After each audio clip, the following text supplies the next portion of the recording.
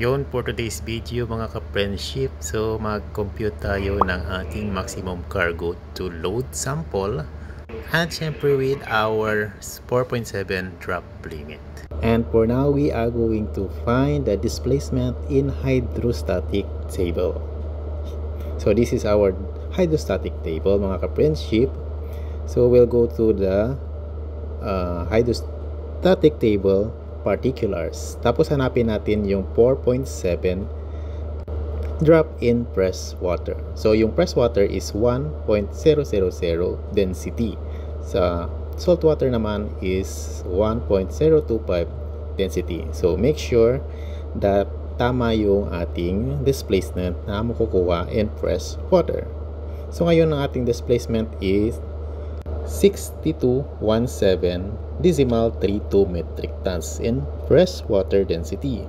Yung next na naman na pinagawin ay ang ating ship's particular deductibles.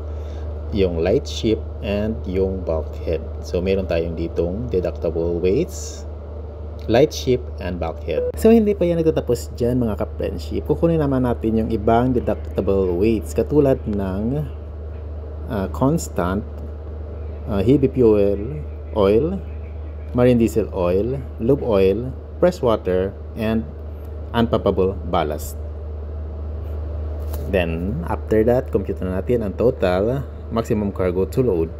So, ang value is 4,111.09 metric tons. So, that's it.